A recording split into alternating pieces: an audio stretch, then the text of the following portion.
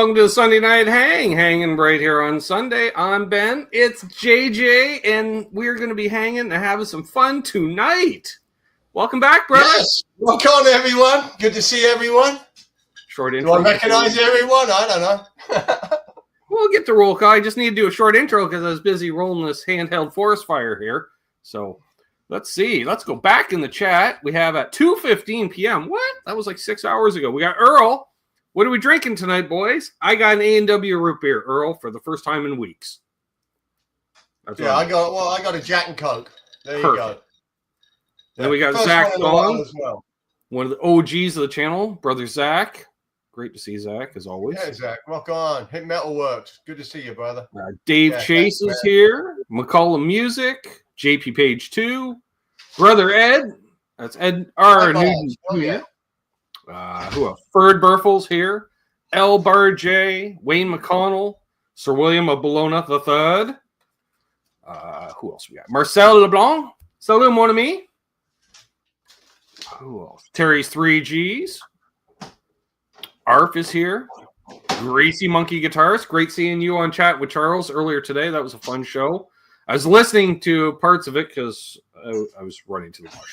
I don't know what the fuck I ate last night. It did not agree with me. Michael Cross is even here. Great to see you, Mike. In all seriousness. Eddie Fay is here. Hit Metalworks. BC Rich 581. Rolling. Eddie Fay. William De Silva. Brother Mark Taft in the house. Always great to see Mark. William De Silva. Victor BB. Aloha. Steve Razor. Steve's here. Great to see Steve. Who else we got? Mark Spurgeon. Hope the neck's feeling much better. He had surgery there a week or two ago. Richard Nagamitsu is here. Guitar Man 45 is here. Oh, man, Richard Clark is here. Good. Who else is here? Richard Clark and James Hawking. Good to see James. Scrolling. They're all saying hey to each other because there's like Tim Thomas. Good to see Tim. And there we go. We're all caught. Oh, and Charles 75 and hey, now can't take back spraying some clear on a Telecaster shaped object. Nice. Right on. Yeah, right on. Keith H is here. I thought it was a good excuse, Keith. We don't know. Paul McNary. He's in listening mode. Awesome. Yeah, we're going to catch up with JJ here, find out what's up with the band. We're even going to play a song from the new album. Just saying. It's good. Yeah. Good stuff. I'm not going to lie. It's good stuff. I might be biased, but might not be. Yeah, anything tickle your fancy lately gear-wise, folks? Ask away. Talk about it. I'm always curious. I don't know. Oh, I have a question for you, JJ. Here's just a random one to start off. Have you ever owned an Explorer? No. Okay. I've drooled over them. I think just the shape, just for playing comfortably. But I mean, what am I talking about? I mean, I'd love one. Right. I'd have to get a vintage one. They look sick. I will say the newer ones are a pretty good replication of the 70s ones, like the 70s. The Epiphone ones look sick. The Epiphone ones aren't too shabby either. Yeah, I mean, you give them. I played an 80s reissue recently. It played great. Super light. It felt like a Strat in weight. It was ridiculous. Really? That's trippy. Yeah, because they're big. I mean, the size of the freaking cases as well, man. It's like walking around with a coffee table. They are the biggest. My buddy Brad's got one, and he ordered a vintage case for his vintage Explorer. Sure. And he shipped it to me because he was out of town. Someone no, he couldn't figure out how to buy it on eBay, so I had to buy it for him. Then he gave me the money. But it shipped to my house. Dude, the sun got blocked when that thing arrived. What's up, Skunk 21? Welcome. Skunky, what's up? Yeah. But no, never. I've got, that one that I play, that Vapor, that's kind of Explorer E, but sure. It's not legit, is it? It's not an Explorer. Exactly. That's fun to play. You definitely know. You get when you're playing them live, you definitely feel it. You know what I mean? They got such a trippy shape, man. Eddie Fay asks, do you have a talk box effect? No, never used one. Thought about it. Yeah, I like the idea of it. I think you can get some pedals that kind of do a similar thing, can't you? There's a talk box in the Helix. Right. Yeah. Right, which I think the law positions for which vowel you want to use type thing. I think that's how that worked. All right. Can you change the language? Now, see, that would be even awesome, right?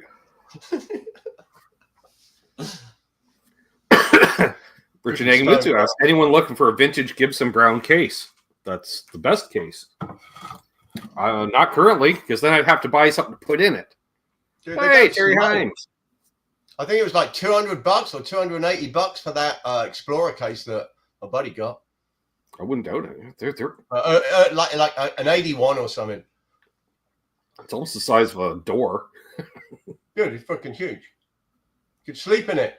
If you're out touring, you could use that as your bed. Have the best bed on tour. All velvet lined, curl up, it's already in the position. Perfect. Victor says, I got to decide which body to buy from Warmouth. Humbucker neck, telly lap steel bridge, and a Godo 6L little telly bridge. A Strat or Dinky Caster body? That's a good question. Explorer! No.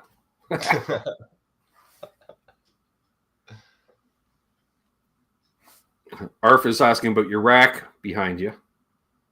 I see an ADA and a Marshall. What's below those? He says. Soldano, SP77.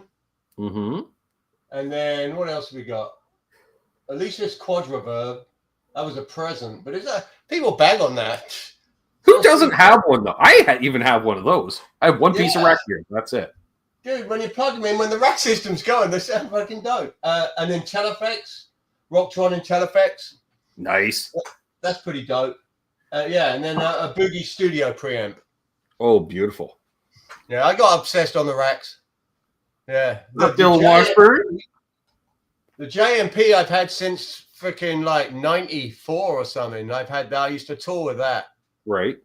Yeah. And we had that set up to Cubase on a computer. We had a programmer in our band. Right. Doing freaking heavy sub and shit like that. And we were all linked on the grid with him back in the freaking 90s. It was nuts. And that would hook up into his computer. Right. Just to get this effect I used where, because he could map it out on his page on the computer and cut the notes out.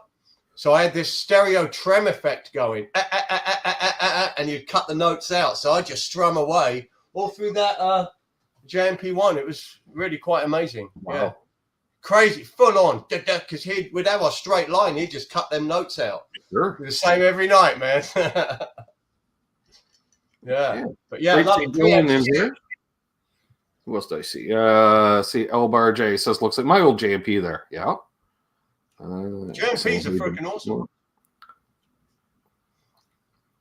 Arf says, cool. I thought so. Wasn't sure. Had an SP77 for a brief time himself. Nice. And Michael Crow says a Quadriverb as well. Me too. Yeah. Over there. Used to belong to Mark Taft at one time. Dude, I got to tell you, the SP77 I bought, I think it was post-COVID, and I tripped out. I'm always browsing Craigslist. You've always got to keep looking for the freaking deals because they pop up or whatever. Dude, like 1 a.m, that pops up $150. I mean, in Newport Beach. This is in the last few years. Right. I freaking tripped. So I messaged him right back. I'm like, hold it for me. I definitely want it. I'm a player. I ain't going to sell it. You know, yeah. It's a dream freaking deal. I rolled up there next day. He's got this beautiful mansion house in Newport Beach. He goes, I know it's been sitting in the cupboard. I know it's worth more. He goes, but to know it's going to get used. But I mean, $150. It was just, back then they were $1,000. Sometimes that shit appears and it's like, my God. Right. Yeah. Yeah. I told him it's worth way more. I didn't want to be that guy, but I took it away, but it sounds incredible. New name here. Welcome. House of Bad Influence. Play the spoons. Right, that's it. You're in the right place, my man. The spoons are better than nothing.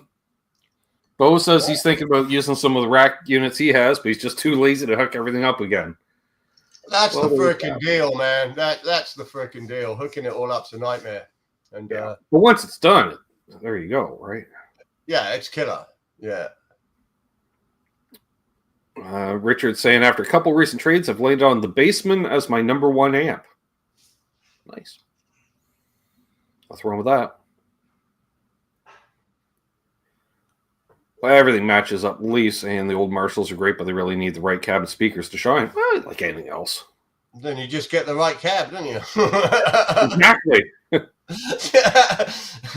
you're buying that sucker, you got to get the right cab. Exactly. You are absolutely 100% right. When they built those amps, and a lot of them back in the day, they were matching them to a pair of speakers. And that's when the package came out in the ad, that was it, wasn't it? Exactly. Yeah. Well, it's like if you're running, like, say if you're running just your Helix with a virtual amp and cab sims and stuff, you can't just plug that into a guitar amp. You need the full range speaker system to take advantage of what it's supposed to sound like. Well, I think to really take advantage of what's supposed to sound like, you go through a power amp and through a speaker. That's the way to do it. That's how. As opposed to using the virtual amps and cab sims. When I'm saying, like, if you go that route, you can't plug into a guitar amp that's voiced for a guitar signal because it's looking for a full range signal. Yeah. Well, when they do all those sims. Hey, Randy Crooks and Magic Man. Nice. Well, rock on, Randy.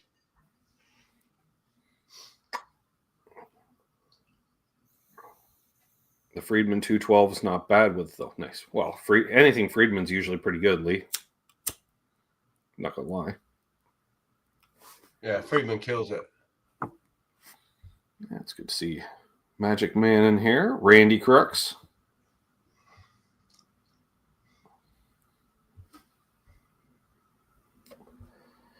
We're talking cabs and amps back and forth. Skunk says, I used to have a Washburn A15, really cool body, still kick myself for it. Yeah.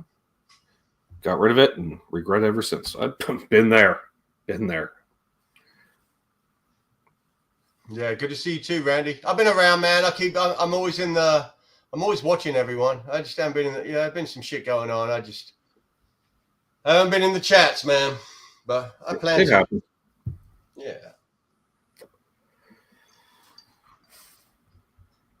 I'm always watching.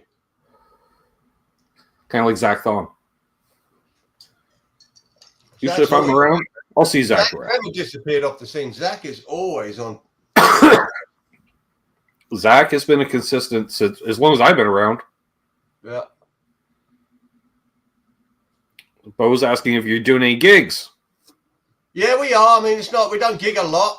It's try and be a little more selective and just, I've gigged so much in my life and doing that whole scene again. We want to do some good gigs. So, we had a gig in San Clemente about a month ago, the Whiskey a couple of months ago. Yeah, generally one a month, something's happening. We got something coming up locally. Sure. I think, in the summer. Yeah, but we're keeping our eyes out. We plan to do some this summer. We've been busy recording. That's been the focus. We that took a little while. We still rehearse every week. We got a lockout and we keep rocking. And but for me, it's about making music, getting it out of my system, and that's the main thing. I love gigs, but fucking Tuesday night at the local bar, doing that whole circuit again is real tough. I love gigging. I hate just the load in and load out. Fuck, I love it, mate. That's one, when people bitch about that, it fucking drives me nuts because I love it. That's all part of it.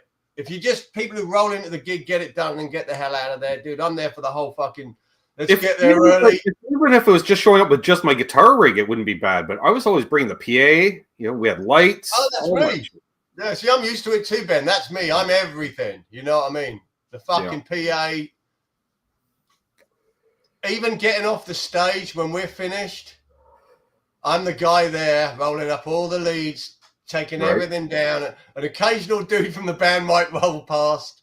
Josh, the singer, never. No. Singers don't. Oh, They're loading and showing up with a microphone. Yeah. It's fucking, but hey, that's what it is. But it's like, you know, we got the Ampeg SVT rig. We got the 6x10 and a subwoofer, and it's fucking huge. And people always bitch about moving that stuff. But once it's moved, it's moved. It's not like you're dragging it everywhere. Put it in its spot, put the fucking big lump on top, and you're there, aren't you? You know? Yep. It's not a big deal. It pisses Magic me off. Man says he quit drinking and smoking and started losing weight. Got a long way to go, but have made some good progress in the last month. Right on, man. Who was that? That's Magic Man. Brent. Oh, nice. Oh, welcome. What's up, Doc? Good to see you, Brent. Yeah. Right on. Good for him. Speaking to JJ before the show, I've had a bitch of a time trying to lose some weight because I put on a bunch a couple years ago and it just sat there. I've been able to maintain it, but I haven't been able to get it down. I've never been able to gain weight. Just like my dad. I figured it was when I moved upstairs from downstairs, so I wasn't going up down the stairs 30, 40 times a day. Fuck you. I mean, you've got to be eating a bit more for sure. Bit more. No, you ain't smoking. You ain't getting the nicotine. You ain't getting that yeah, the appetite suppressant. Suppression of craving food. That's what it is. Smoking loads of weed and not doing the nicotine. I smoke a lot of weed and no nicotine. Yeah, so that's what it is. You ain't smoking cigarettes, but your vapes. What's up, Stephen Douglas? Looking good though, brother. And some Dave dude. Billy says he's gained 40 pounds from medication. That sucks. Oh, Greasy Monkey Guitars, you were looking pretty good today on Charles' show. I'm just saying. It depends if the medication was weed. Right. Bless you, brother. Hello, Rachel. Aloha. Lots of hellos. 56 or 59 people watching. That's dope, dude. Hit the like if you haven't already, please. Helps a fella out. Algorithms and digital stuff. I don't know. Skunk says, haven't gigged in at least 10 years.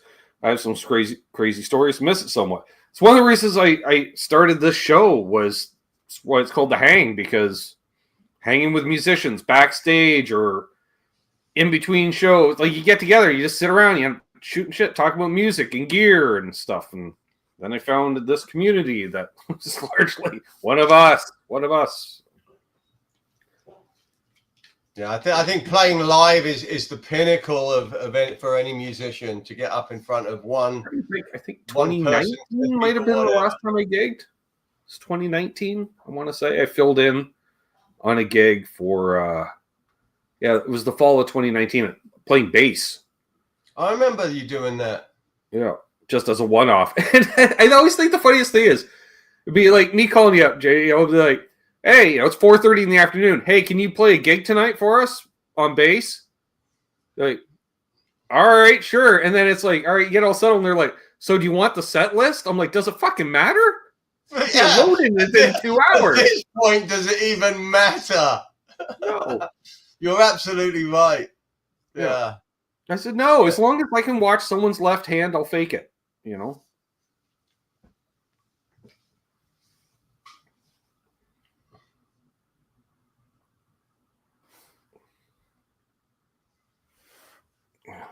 So when you gig these days, what are you usually taking for gear? I take my EVH head, one of the 50 watters, the white ones. Right. And 212 Rivera cab, the same as this one behind me. Which right. Is sick, with greenbacks. Depends on the gig, you know. When we played with Fu Manchu, I took a full fucking stack. I was like, the hell with that. You have to. Yeah, I took the JMP and 2 412s because they always have double stacks up there. Oh shit, yeah. I'm like, freaking. So I rolled in with my freaking stack. So, you know, on occasion you got to go large. And freaking Josh, our singer, hated it. He goes, all I could fucking hear was that thing behind me. But generally I take vertical 212, which is huge. It's monstrous. And that's with greenbacks, with the EVH head. And I'm back on pedal boards. I got rid of the Helix. Yeah. Okay. So yeah, been rocking that, and Full circle. yeah, been loving it. Full circle on the back to a pedal board. Yeah, and generally straight in now as well. I'm not even using the effects loop. I'm just dialing down the washy effects. You know what I mean? Right. Because it's all a fucking wash in the gig anyway. You know what I mean? You've got to have those effects up loud to even hear them. Yeah. You know, so I just go in through the front. You know, when we were recording Cameron, he's always like, dude, why you put him in the front, man? They're an effect. You want them to be as crazy as they can be. So I just go with that now. Yeah. So everything in the front and off we go. Yeah. I dig it. Yeah. I was using the JMP, the original, this one is a 79 JMP. And it's just the best sound ever. You know, my buddy calls it the unicorn. When Cameron heard it, our producer, he's like, oh, he just freaking loves it. And when did you get that? Huh? I got that a couple of years ago. Okay. Yeah. I traded a bunch of stuff. There's this. You ever go to that shop in local in my town? It's the Guitar Collector. It's like just walking into the 70s, man. No, I don't think we did. Dude, Laz went there and Brent's been there. It's freaking gnarly. So whenever you go in there, you just fall in love. You know what I mean? Right. Yeah, you're going to find something. Well, it's funny you mentioned it because our good friend Lawrence at LPD Pedals released a pedal earlier this year called the JMP 79 for that exact. Yes, he did. For that exact tone. So that's why I was like, oh, it's a 79 JMP. I know that well. Yeah, so what was it, 2205, 2204 or whatever, the 50 watt. Right. Yeah. Beautiful. Vertical input. That's it. But the band hate it because it takes up such a big space in the mix. It's just so 3D and so big. They hate it. You know, even as you lower the volume, it never disappears. It's just a fucking wall. Right. You know what I mean? So they don't like it. So I've tried many times to use that. I want to use it, you know. Sure. But they ain't into it. But the EVH is killer. So that's, especially with you guys are what, a 5-piece, 6-piece? 5-piece. 5-piece. Yeah. 2 guitars. Yeah. Right. And Billy uses like a Soldano head, and he uses a Boogie vertical 212. Them old Road King ones or whatever. Uses one of them. They're great cabs. Yeah. Yeah, they're fucking killer. And pedal board, I'm pretty much on the clean channel now. Right. And using pedal distortion. I love the Green Russian Big Muff. Welcome to my world, JJ. Dude. I got 2 amps. They're on clean. Everything into the front because they're clean pedal platforms. Yeah, and I haven't experimented too much with my amps on which clean channel to use, so the EVHs work well. They do. Actually, it's shocking actually how good well, it's not shocking considering it's Fender that's building them. And if anybody knows how to do a clean channel, it's Fender. Yeah, but it's the EVH one, which everyone always bitched about. You know what I mean? They bitched about that clean, but hey, man, it does it. You know, it works. Hey, Halifax, what's up? Good to see you. Welcome. You make some good stuff. Yeah, so those Green Russians are more like a very heavy distortion. It's not crazy fuzz. It's like a thick fuzz distortion. Of course you have one, Michael Krause. Of course you do. Yeah. I'll show you. This thing's freaking mental. LG in the house. There it is. The size of that sucker. Right? Woo! Dude, it's a monster. Takes up a lot of real estate, but I tell you, it's worth it. It's freaking, that thing's a beast. That's hilarious. LG says, hey guys, gig this weekend. Club's in the same building we rehearse in. Setup doesn't get much easier. No kidding. That's pretty sick. Wow. And Stephen was wondering what you would use as a backup amp. Oh, as a backup? Fuck. Yeah, see, it used to be the Helix, you know what I mean? Because the Helix then take an amp with me. As a backup for me now, it'd probably be the, you know, if it was a very important gig, if it was a huge big gig, I'd take the JMP as my main rig and the EVH would be the backup. Sure. Yeah. I thinned out a lot of amps. I've been trading guitars, amps, getting other stuff, and Yeah, my amp collection's thinned a little bit. I got rid of a few. Right. Yeah. I'm trying to get them to like unicorn amps, just the ones that are just so dope that are just. Is Quentin gonna cry because you got rid of your VHT? Was it VHT? Oh. No. What VHT? No, not VHT. What was I thinking of that you had? The amp that Quentin was always drooling over. Michael B in the house. Another channel. My diesel? Maybe that's what I'm thinking. Yeah, your diesel. Yeah, that was the diesel. Yeah, that was a sick amp. Great to see Michael B, a channel OG. Yeah, Michael B. Rock on. Hope you're doing good, brother.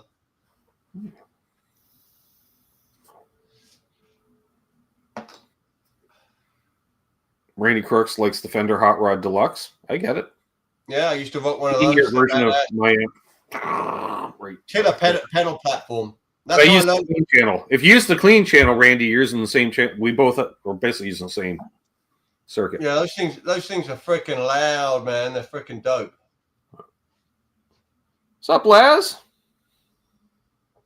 Let's see, Laz. That's what I first learned of Phil McKnight, one of his first videos, like years ago. Now it's got to be like 15 years ago or something. Right. He did a video on the Hot Rod Deluxe on changing the V1 tube.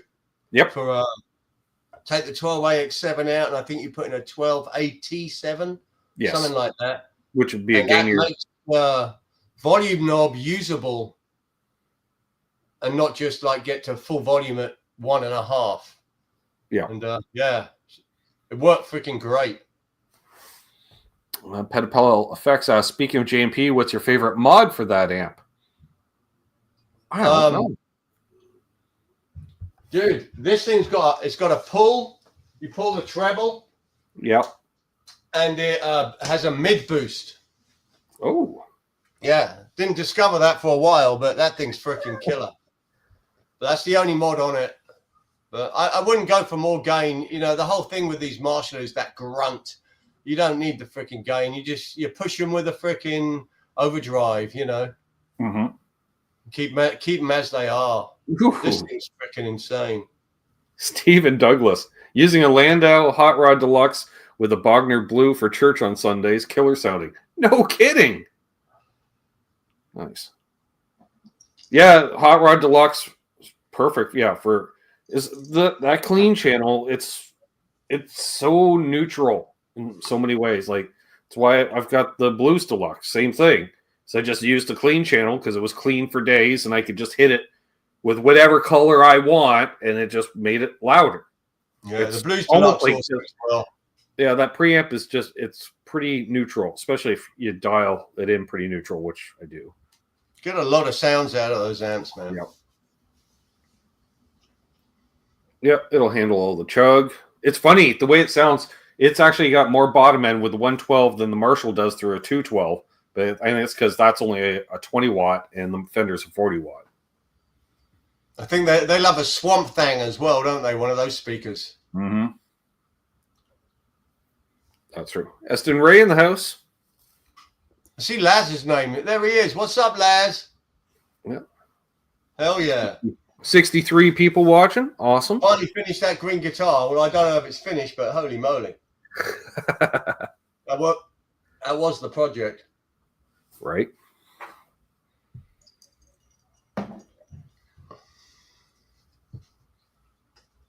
That's true, Lee. I don't know. I think the Fender it's a little more fuller range sounding for some reason. I don't know why. It just is. We used to like taking that thing to outdoor gigs. I'm like, ooh, I could turn it up to 4. Ooh, I never usually get up past 2.5 inside. Which one's that? The Blues Deluxe? The Blues Deluxe. Yeah. That's loud at 4, man. Shit. I know. It was wonderful. See, I like lots of speakers. You know what I mean? Yeah. That's why I have to run stereo now. I like pity if I ever join a band with another guitar player, they'd be like, dude, leave some room for me. I'm like, sorry, dude. I got to run stereo. Yeah, Laz. So Laz says it's done. He's working on the Jeff Beck one. Nice. Magic Man is trying to do the impossible and play more like Jeff Beck. Worst people to try to emulate. What's up, Brother John? John Shane in the house. Yeah, John. Seen him playing on the show earlier with Ryan and the boys. Richard Nagamitsu was asking, what cab do you rock with the JMP? I've got the original matching cab with I think it's the G1265s. Possibly. I don't know. It's Ben Thomas working, he'd know better than me. He knows all that. Yeah. He's the guy that scours the Craigslist and stuff looking just for cabs for their speakers. Oh, I do too. I've got freaking speakers all up here. I used to rock the EBM 12Ls. I love them, but he's all about the blackbacks. I remember that's blackbacks are sick. Yeah, the 65s are sick. I think they're a beefier greenback, is what they are, something like that. But they rock. That's one thing I didn't get as much into with speakers because I'm like, is that another rabbit hole I need to go down? No. Dude, it's the best. Speakers is the best rabbit hole. That's the final sound right there. Yeah, I know. While you're tweaking all the way through the pickups and everything, one speaker change just throws that in the trash. You know what I mean? That speaker is, you got to know your speaker first. Yeah. Wayne says, the first time he played through 2 amps at once, I thought I died and went to heaven. I remember I tried an ABY pedal once, and it was okay, but it was actually after I got back from a trip out to NAMM, because I bought that stereo chorus off Sean Pierce Johnson, and I plugged in that MXR stereo chorus and just split out. Oh, okay, wow, and it's got the blend, so it's just beautiful. Hey, Gear Junkie, what's up, Jason? It's good to see you, Jason. This valve state here, the 8200, that's the stereo chorus, so that's got 2 power amps in it. So that sounds killer with 2 cabs. I bet it does. Yeah, it's mental. And then I've got the 2 Princetons, and then through the pedal, through a radial amp switcher. You put on both. They've got the phase switch, so you can really dial in the width on it. It's freaking. Those amps are insane for home use. For Princeton, oh my lord, that's been my preferred amp for demos for 2+ years now. I flirted around with a few different ones, but whenever possible, it was using a Princeton because any guitar sounds good through a Princeton, whereas other amps, certain guitars don't sound good through certain amps. It has my favorite tones with all pedals, whether it's distortion, the big muffs, anything like that. But it's just not loud enough. I know. That's it. It's just not. If they can make a Princeton louder for somehow, recording, I don't understand. Yeah, like I guess it would be something else, but it's when they make it louder, it changes it though. That's the thing, right? There's something about it, man. I imagine they must have used that same circuit and other louder amps because it's such a good circuit. But that's what I want. There's something special about it, especially the original ones. Yeah, Jason, the 8200 monster. Mm-hmm. Thick fucking death tones.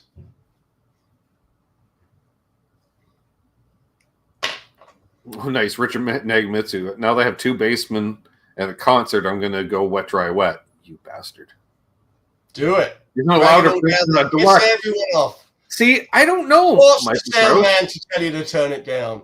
I've played through Deluxes, and they don't just sound like louder Princetons. They do sound different.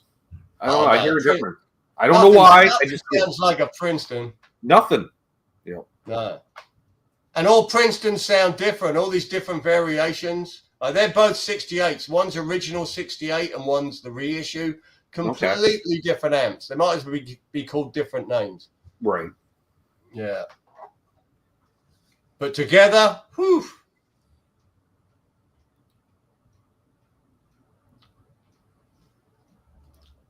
I guess you might get and put it through a loud PA, Laz says. Oh, absolutely. Yeah, all day long. Yeah.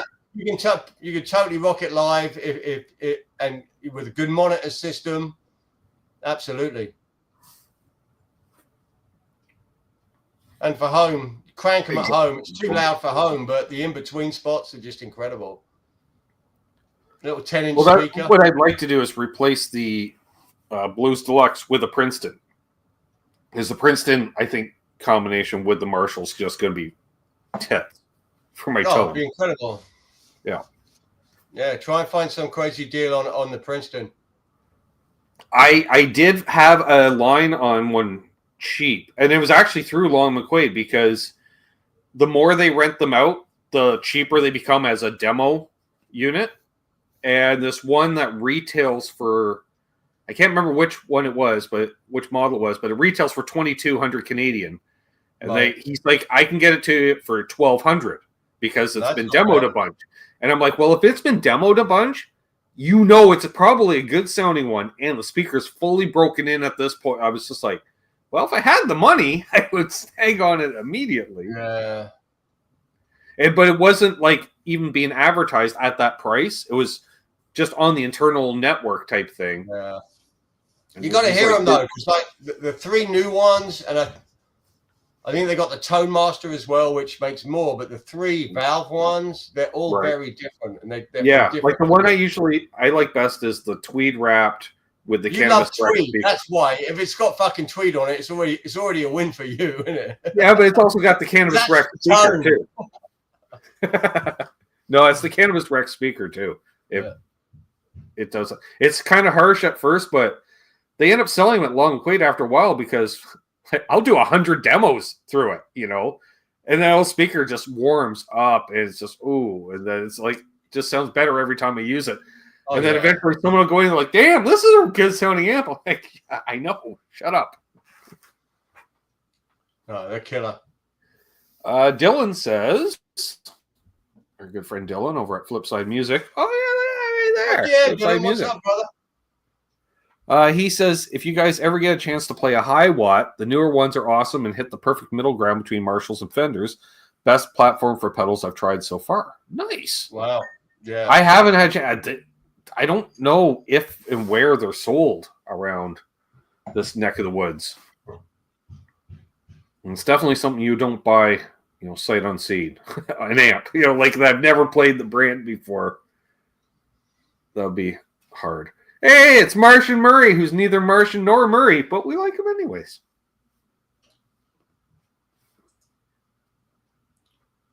Said part of that for Greasy Monkey Guitars. I know he likes that stuff.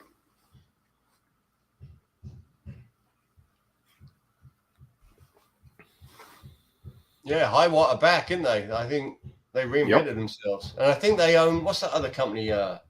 WEM. Okay. Yeah, I think they're working together, High Watt and WEM. Remember WEM from back in the day? Mm-hmm. Magic Man says, Skip's Music here in Sacramento has a modded silver face bassman with extra gain. It sounds glorious. I think it's a 68. Oh. Yeah, beautiful. Nice.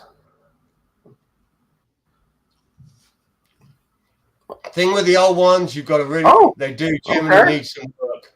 They're made in Canada. Okay. Is it Rev that's making them? Yeah, it's like they're playing. It's like playing a hi-fi stereo for any. Oh, nice full ring. All right. Huh. Keep my eye. I saw they had a solid state one in at Long McQuaid not too long ago for fairly short money, but I was just like, one, do I need another small combo amp? And two, it's solid state. I was just like, I don't know. But it was pretty short money. A few $100.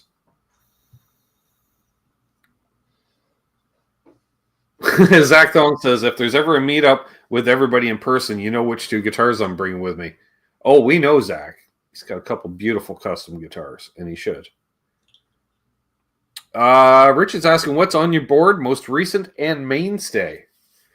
I would assume there's got to be an OCD on there. What? No. Well, really?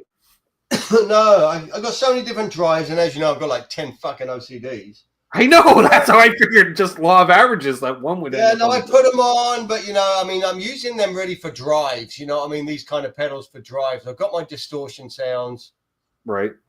But I think, dude, the newest editions. These will trip you out. Oh, I'll show you the board.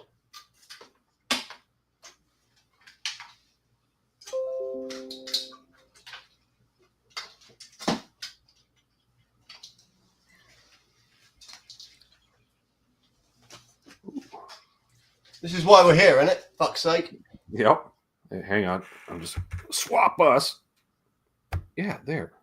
Why won't it swap? Come on. Swap. There we go. Oh, yes. MXR carbon copy. Used one of those for years. You got a couple of Maestro reissues there? No, they're the reissues. Yeah. Okay. They're the newest ones. I'll talk about them. Mm-hmm. Yeah. Nice. And a flanger on the end here. Very cool. And by the way, Boner Jams in the house, you legend. He says, Fucking JJ Boner. YouTube What's God. up, superstar? Love this dude. Happy Sunday to all Quebecers who love guitar. Blessings and tidings. Thanks, brother. No, those freaking the Maestro Chief Bottle Walker over at the end of the bus networks, folks. Yeah, those Maestro pedals, they were doing the blowout at $40 a pedal. Did you hear about that? I did not. Yeah, so it's like about 6 weeks ago, something like that. They all of the Maestro pedals went from like $180 to $40 blowout. That's Michael. Yeah, this is a great fucking story. This is a win. So I got them all. I'm like, fuck it. I got a couple. I'm like, man, these are fucking dope. And then I went and I ended up buying them all. I couldn't get the Tremolo. They sold out. And also the Phaser had sold out. Yeah, the Phaser is going to be the first sold every time. Yeah, that sold out. But I got a bunch of others. There was like a line booster pedal, the delay, fucking a couple of others. And I tried them all, and I loved the delay, but it had it cut the volume a lot. As soon as you engaged it, it just cut the volume. But the tone was to die for. So I kept the distortion and the overdrive. The overdrive is probably one of the best overdrives I've heard. Right. I mean, it's so natural, and you've got to try that overdrive if you can try one. And the distortion is that it's one of those distortions when you kick it on, it's like that's the sound in your head. You know what I mean? It just it has all the flavors, super chewy. Right. Fucking those two pedals are so bomb. Nice. So they're on the board. And question for Bent Tom, who is in the chat: what kind of speakers came in the cabinet with a JMP 79 or 79 JMP? You would know the G1265s. Yeah. Okay.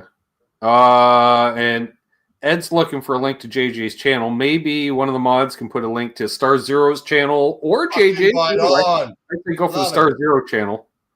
Be the best. Speaking of which, we should play a song.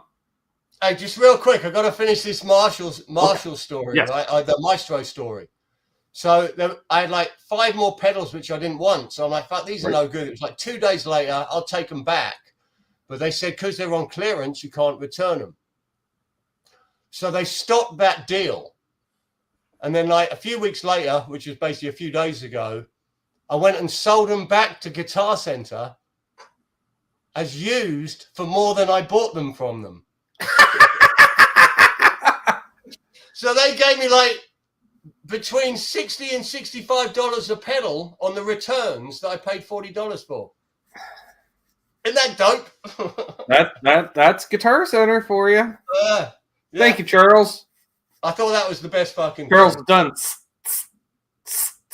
Either that or he's really multitasking. All right. Yeah, that is hilarious.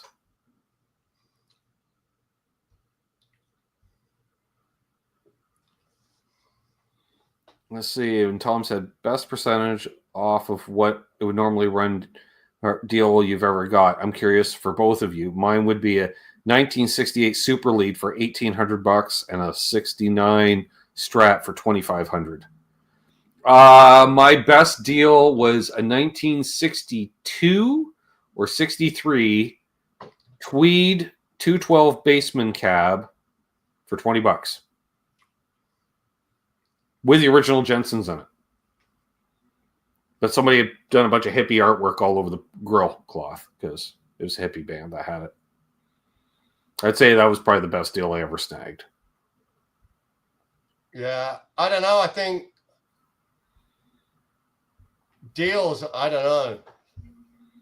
But probably for me, when I was really into buying OCDs and they didn't really know what they had, and I was buying the original version 1, 2, and 3 for Right. like $60-$70 when they were $300 pedals. That was always a good one when you go in there and it's like, oh, $60, and you could tell because it didn't have the indents, the little black line around the knobs. So you knew it was one of the first 3 versions, and they had no freaking clue. That's what always my favorite thing in these used guitar shops is seeing someone they don't know what they have. Right. Clueless to it, you know.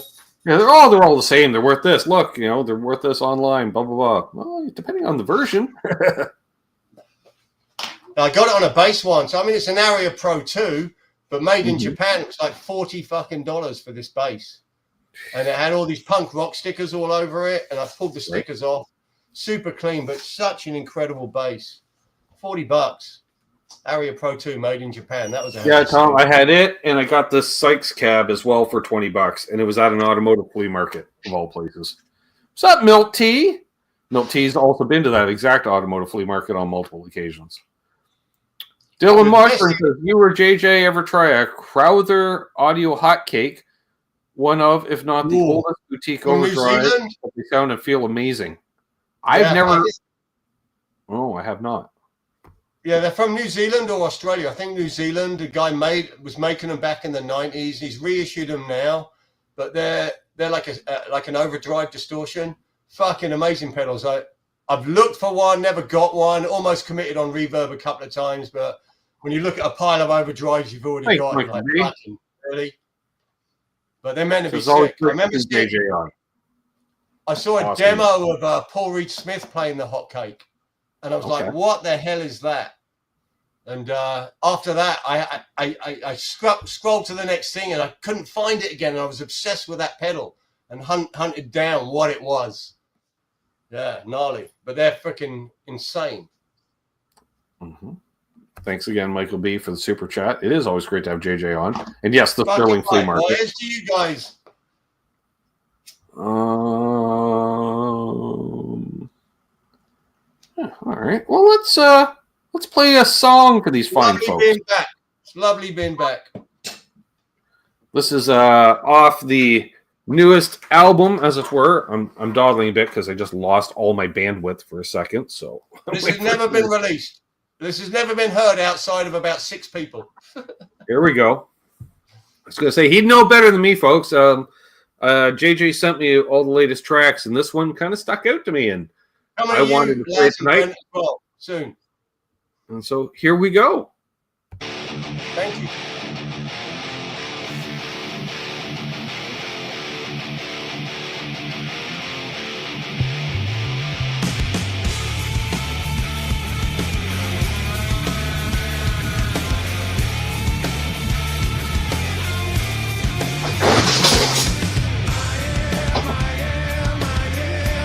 Break it up, man.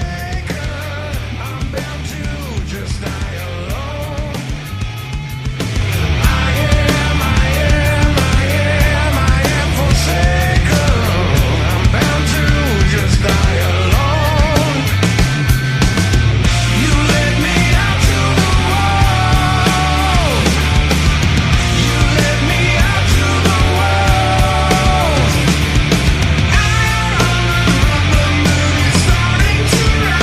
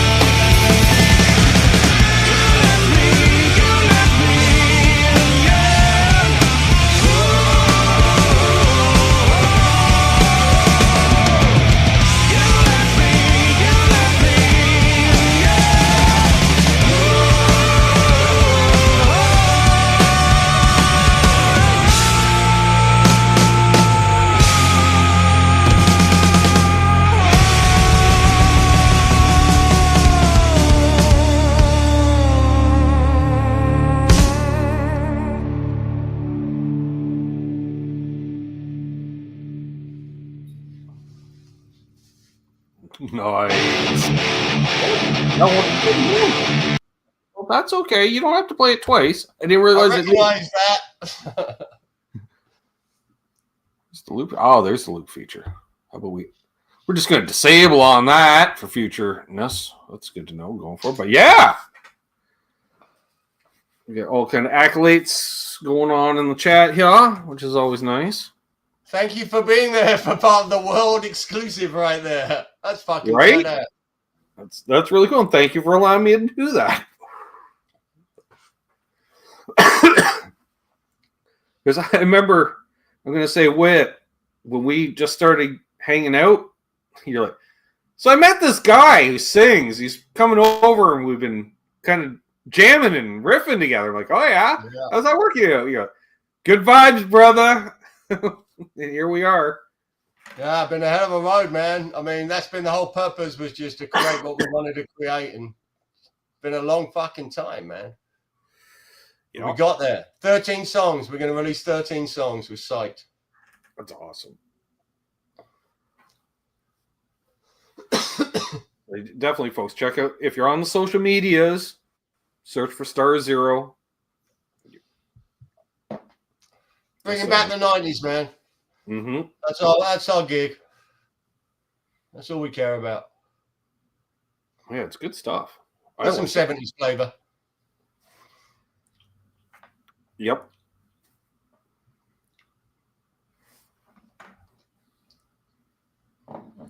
Saying hey to each other.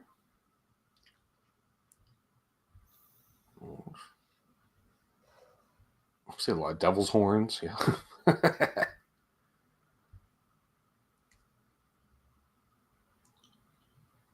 Nice. And people talking about gear they got rid of that they regretted. Well, that's nice. So we got, that's fine. Well, Charles here with all the links. Thank you, Charles. Oh, you rock.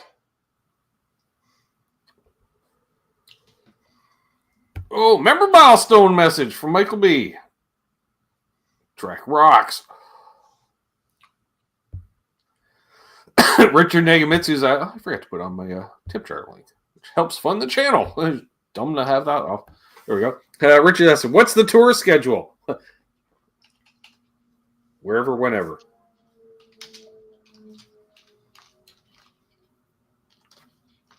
Mostly just local stuff as of right now, right?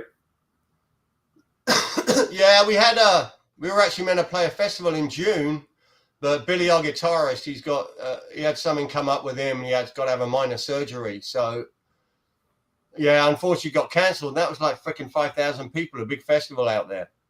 And we got invited to it. So, yeah, kind of gutted about that, but, we got to do what we've got to do. And, yeah, we're open right now looking for shows.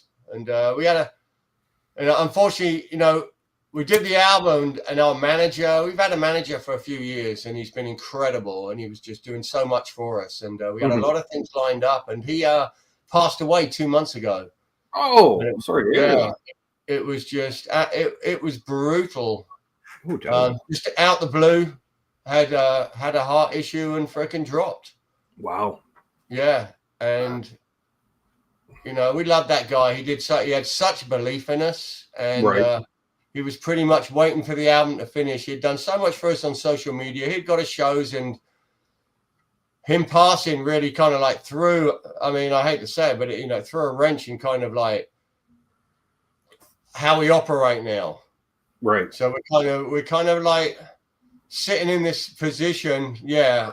Once we finished the album, that was still kind of going on when that happened. And we only finished the album about 6 weeks ago. Then got it mastered. It all takes freaking time. Got it, 2 different masterings. I mean, very freaking expensive doing this shit. Got it done. And now we're kind of like getting our game plan going. So be it. There's some key people who have got the songs. Right. And waiting for some feedback. And we've kind of like reopening on game plan. Yeah. So as with anything these days, if you want a manager, I mean, we were paying the last guy, you've got to pay him. Sure. You're not just going to pick anyone out the blue and start paying them freaking money, So, we got belief in our music. There's always been a game plan, and things just flow. Positive energy, keep the positive energy, let things flow, and things will hopefully just boom, boom, boom, and just keep falling into place. Right. And the main objective for us is really just to finish that album and gigs. We want to do some fucking gigs, Sure. Killer gigs. We've done some killer gigs, and we want to do some more. Mm-hmm. Summer's coming. Summer's a great time for gigs, so we're putting our feelers out there. Let's see what happens. Sure. Yeah. We'll keep you posted, Facebook and Instagram. We're going to do better than that because now, TC's gone and he was freaking fire for that. Right. Yeah.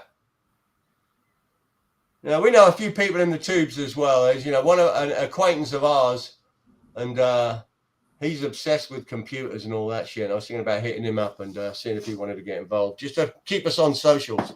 These days are all about the fucking socials and posting and all that crap. It's great. So, releasing the song, I think we're going to release the album probably within the next 2 months, and hopefully have some kind of little bit of hype we can put behind it. Right. And, what will be, but we're fucking psyched and stoked. Yeah. Agreed. Yeah, we should.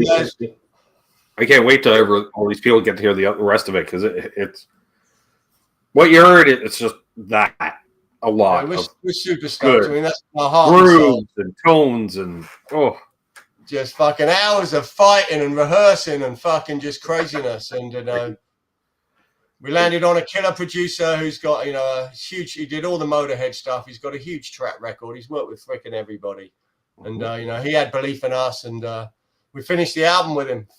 We get 15 songs total, 13 going on the album. We'd put them all on, but everyone's like, "Really, 15 fucking songs?" I'm like, "Who cares?" That's why you do it, isn't it? well. Yeah. What's up, Noise Bloom?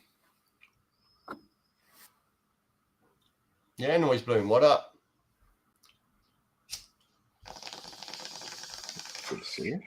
I got to mix another drink. That one got me good. That was fucking lovely. I don't drink a lot, man. I love my weed, but if I'm drinking, I'm having a Jack and Coke, and I poured a stiff one. That was killer. I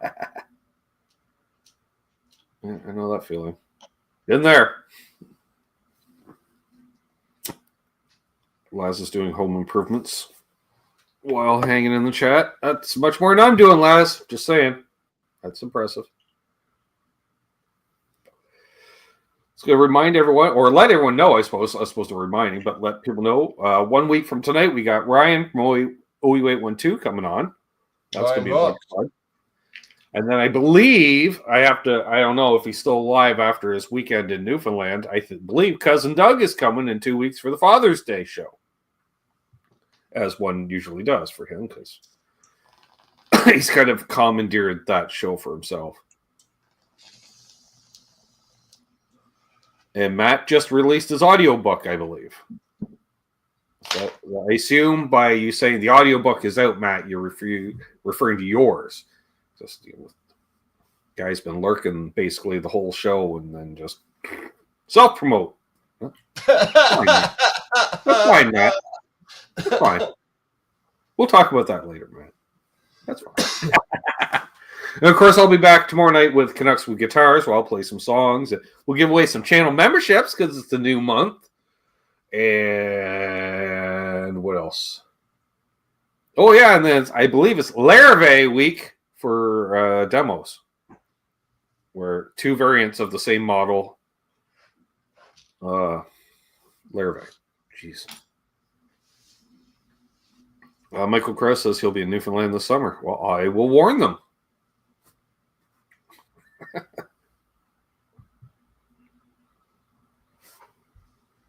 Yeah, Matt.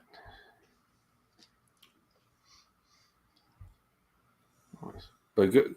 Congrats on getting your audiobook finally released. I know you've been working on it for quite a bit.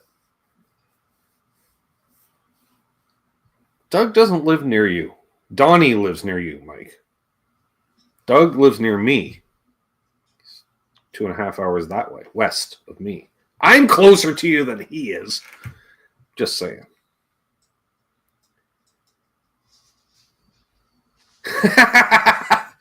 Oh, Tom. He says, even if he's self-promoting, at least he's not fanboying out like me. Well, Tom, but that was quality viewing right there, because even the chat had given up on asking questions because they couldn't get them in because you were just, just stream conscious. You and Pete doing the Vulcan mind meld or something. Oh, that's a good question, Marcel. When's the next Buffalo meeting? That'll be this coming Saturday. Because it's the first Saturday, but right, Charles? It's the first Saturday in June. Well, it's better than peeing, Tom. Although I thought you might have peed a little one. Pete enjoyed the conversation. That was the big. Although, has he been back? Yes. Actually, he did come back, so there we go. But yes, this coming Saturday, 1 p.m. Eastern, will be the next Water Buffalo meeting for channel members and patrons. So make sure that you're up to date. If you're a member, make sure you got that too next to you in the chat, next to your name. Thanks, Charles. Look, Philip started the last one, Charles, so I know we have the ways and means because the boy doesn't really have a life. So he's always around. He can flip the switch. And that's right, Charles. That's the first time your boy got thrown under the bus on the Sunday night hang. New family member. Why not?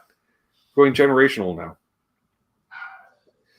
And Matt's just showing off all the custom emojis that you can get by being a channel member, I guess. Because I don't actually see, I see what they're labeled as. I don't get to see them. Because StreamYard sucks that way. But that's okay.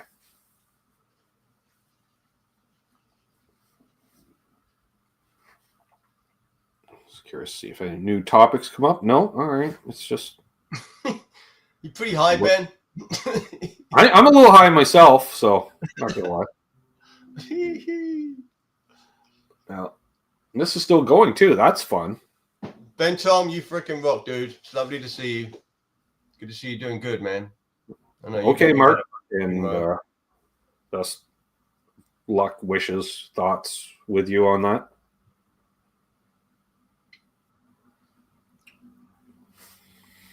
Matt says, I bring the flood. Okay. That's why it's so wet. All right.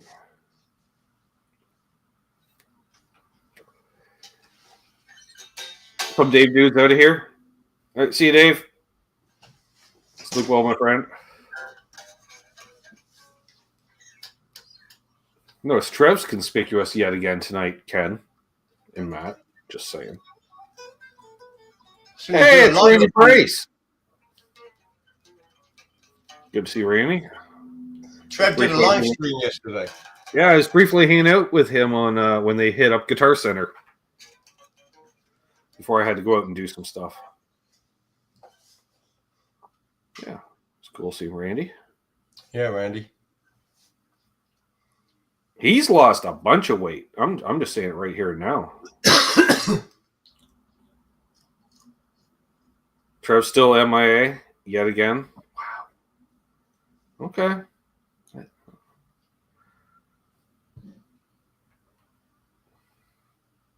I'm not surprised after yesterday. So I texted him yesterday evening. I didn't get a reply till late at night. And I swear he only saw the message because he had to get up to pee. Because his response was, okay, I'm going back to bed. I'm like, all right. Did he have a few? Yeah, just a few.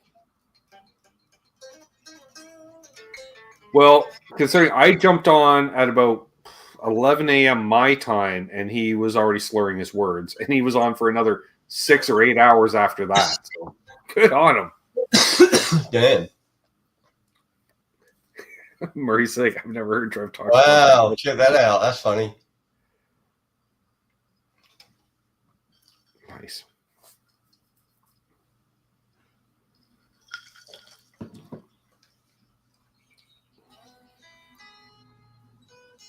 That makes sense, Randy. that does make. At least he let you fellas know. That's nice. So, proof of life and all. That's always good.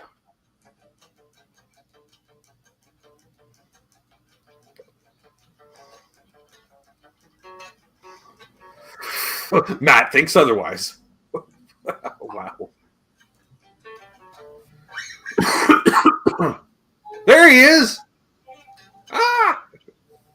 he is. Yeah, Trev. What's up, brother? Proof of life. Proof of life. Yay. Great to see you, brother Trev.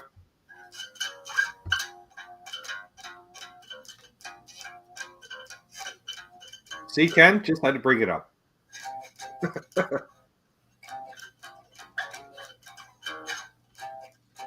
No, you just got to make sure our brothers are alive, Tom. You know, you of all people should know this, Tom. You know, listen, Tom, if you go dark more than 4 days, people start to get concerned.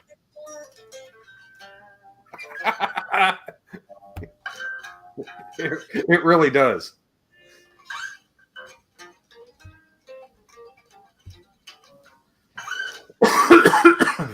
Bo's ready. Okay, round of shots. Easy, Bo.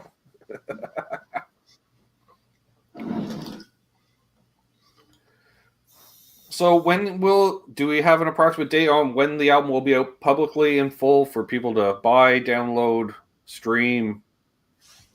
When you release it, you've got to give them like fucking 30 days notice, and you give them a date. You can't like, okay, we're doing it tomorrow. You know, right. I'm thinking, fuck, what we now? We're just coming into June.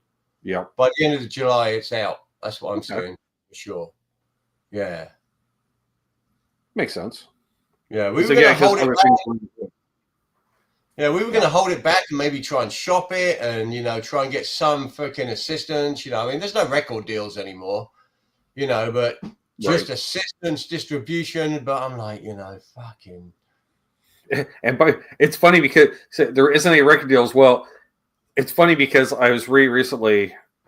I've known a few people that have been signed in the last few years to what they call now the standard one album deal.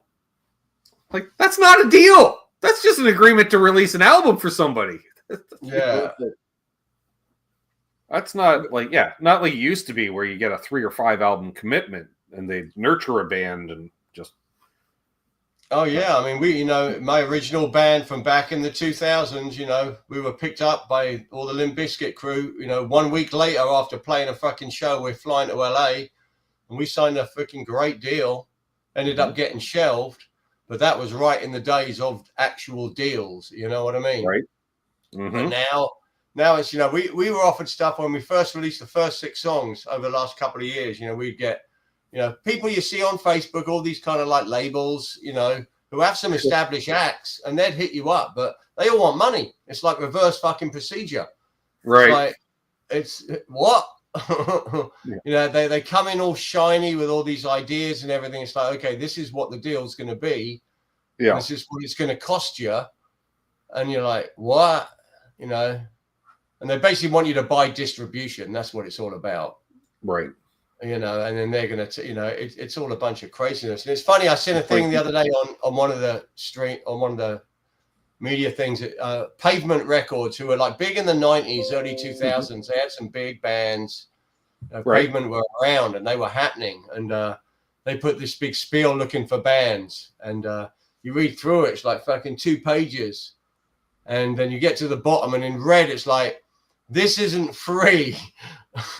And then there's this whole thing about what it's going to cost to use them to help promote you. And it's like, it's just such a different ball game now. It's so fucking crazy.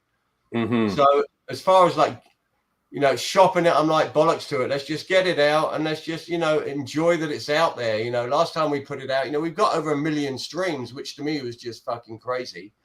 Right. So we'll just put it out. It's not about money. It's not about nothing. You know what I mean? Mm-hmm. It's just about having the music and releasing it. And hopefully people pick up and listen to it because, pull some emotion through it. It's music. Keeping music alive. That's the fucking goal.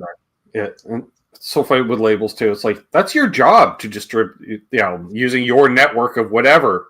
And then you get paid by getting X amount percentage from sales. That's how you recoup your money, the same way the band recoups their money for cost of recording.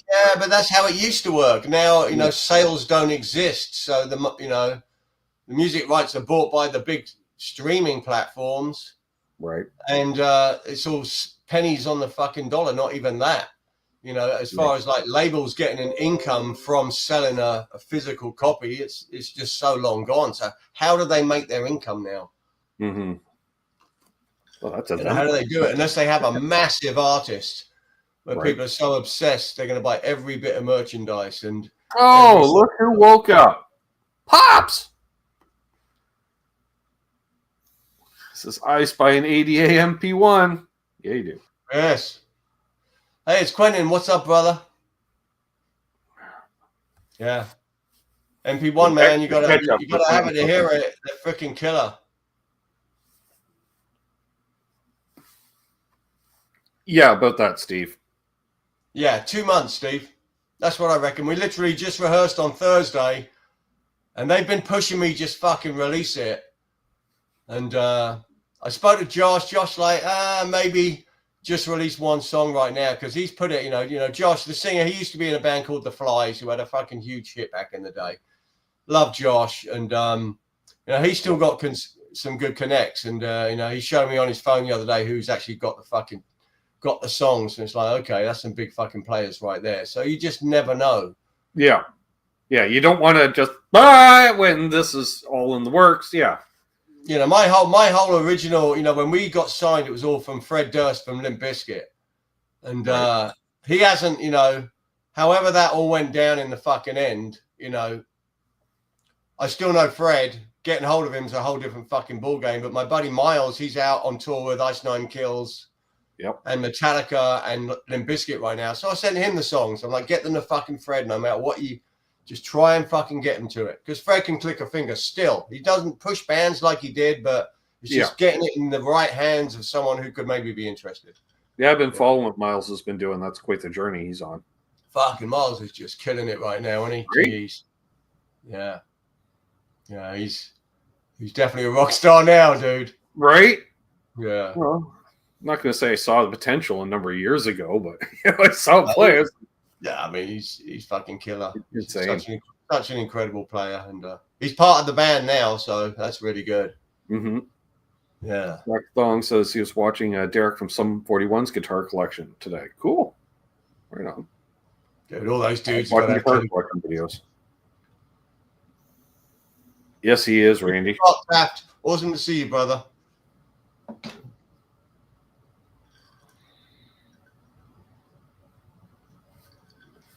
It's funny you talk about gigs. Just real quick, you know, we're talking fucking music or whatever. It's funny you talk about gigs. It's like, back in the day before we were signed, when we wanted gigs, man, gigs were fucking everywhere. Venues were everywhere. Yep. And you could go out on a Tuesday, Wednesday, play a gig. It's fucking people out there having a good fucking time. It was so different. Now there's no fucking, you know, I'm in the heart of Orange County, California, and there's no fucking venues. Yeah, nobody goes out anymore.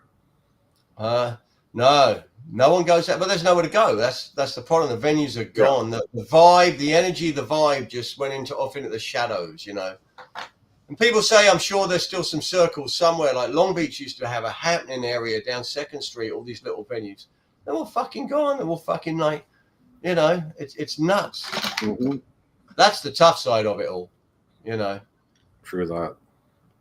Yeah, I haven't even looked like the venues I used to play in Toronto, and so I assume they're all still open, but who knows? Now, we played with Jesus Jones at the Whiskey a few months back, and first time we played there, it was pay to play, and you're like, fucking, well, whatever. Got to do it. It was a killer fucking show. It was packed. Mm-hmm. And then we got invited back to play with Jesus Jones because the promoter who we worked with the first time thought we were perfect for them. Why, I don't know. I don't have a fucking clue. He just had this 90s obsession. I'm like, yeah, they're fucking 90s, but they're nothing like us. Yeah. And but they invited us to that show. So that's fucking killer. You know what I mean? So you never know what's around the corner when the phone's going to ring. You know what I mean? Yeah, I've done the pay to play too, but it was like, it was a name band, you know, so it's like, all right, well, if, you know, we pay X amount for these tickets. If we sell them all, I get my money back plus, because we're selling them at a profit. And the promoter loved us, JJ, because I messaged him 2 weeks before the show and I said, you got any more tickets? I'm out. Because I'm like, if I can sell more, we might as well get paid more for the gig. So we did. Yeah. It worked quite well. And then they invited us back again. You want to open for this band? Sure. Do you want to open for this band? No. No. I can't sell tickets to them. We got one venue in San Clemente. It's called Jabroni's. It's like a pizza place, but they got like an area for bands, and they got a stage, and it's fucking cool. And whenever we play there, it's always packed, and it's a fucking killer night. But they are just getting noise complaint, and after noise complaint, and they're on the verge of getting shut down. It's just like a no-win situation. You know what I mean? It's like the minute there's something that's happening, it's fucking too loud. Good to see you, Tom Raines. Yeah, there's people out there who want to promote music, but they've got a. Well, that's the thing, right? And then people are like, well, why are all these venues closing? Well, it's like the rents have doubled, or noise complaints. It's a tough road. It's noise complaints. You know, you've got a restaurant, you can pull off a band, but then you've got the fine line between the houses around you and the people eating in the restaurant. Mm-hmm. Not everyone wants to hear a cranking band. You know what I mean? Yeah. Restaurants are great for like a single or a duo act or something, maybe even a trio. It's not too loud, but a full-on band, you need a dedicated venue in many ways. Yeah, space for that sound to go, right? Yeah, and they're out there. LA still got a couple. You know, just got to get in the doors. You know, right?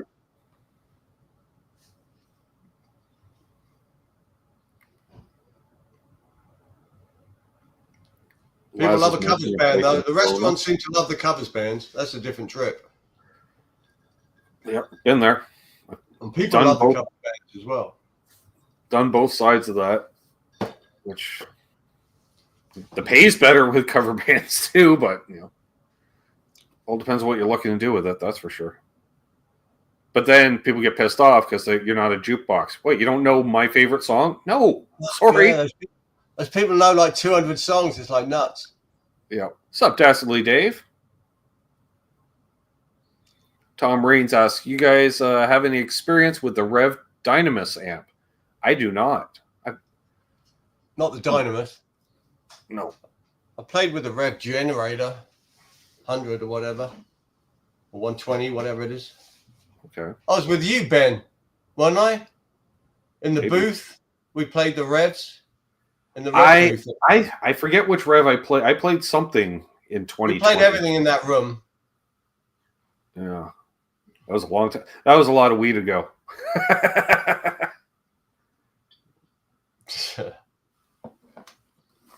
Dastardly Dave in the house. Good to see you, my friend. Hope you've been feel better. Last week or two, you weren't doing this hot. Just saying. It's always good to see you, my friend. Dude, all these new amps like Rev and that, you don't see many people on big tours using them. Right. I think it's just there's so much going on in them. I think on the road, the reliability, you just never know. I mean, there's so much going on. I don't know if one component breaks down, the whole thing's fucked. You know what I mean? And less and less bands are touring with real amps anymore, too, it seems, right? So it's like, although I will say, probably like 99 fucking % aren't using amps now. It's all in ears and fucking craziness. Yeah. I will say Dan Huff, that released his album last week, Rev amp all over it. That's the amp he used, was a Rev amp with his Tyler guitar. And that's the album. It's one like, damn, okay. So that's what he uses on the road? No, that's just in the studio. Oh yeah, I mean, I'm sure for recording they're awesome.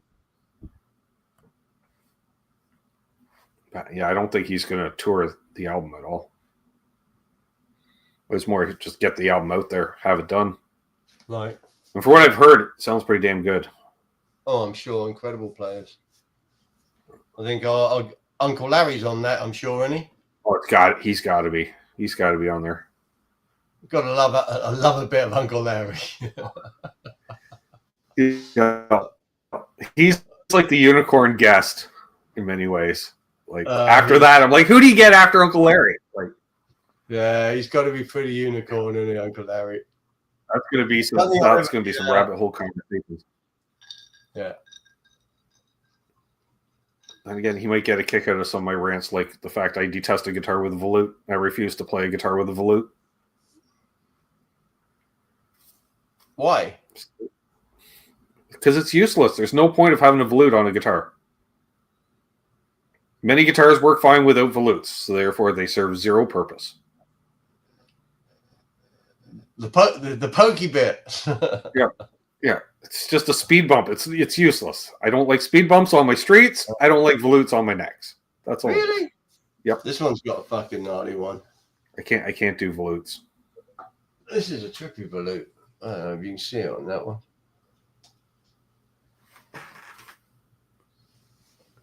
That's a big one right there. Oh, nope. I love it. Well, it's a silver burst too. I can't do a silver burst. No. Don't like them? No. I like a cherry burst or a tobacco burst. That's about it. Picky. But I want to get a Les Paul by the end of the year. That's on the want list, big time. The one you want? Well, there's a few that I want, but I found a killer deal on one. It's a Custom Shop 58 reissue. That's 7,100 list, and it's on for 4,100. I'm like, ooh, that scratches an itch because I'm fine with a plain top. I don't need flames. Yeah, I'd buy a vintage one if I was spending that kind of money. Yeah, it's hard to find a vintage one for $4,000. Really? I guess in Canada. Yeah, there was one the other day, 3,200 for a 79, which is close to 80s. Yeah, but that's got it volute. was a classic with the P90s, black one. And it would have volute because it's a 79. Oh, it's drooling over it. It was fucking lovely. He sold it.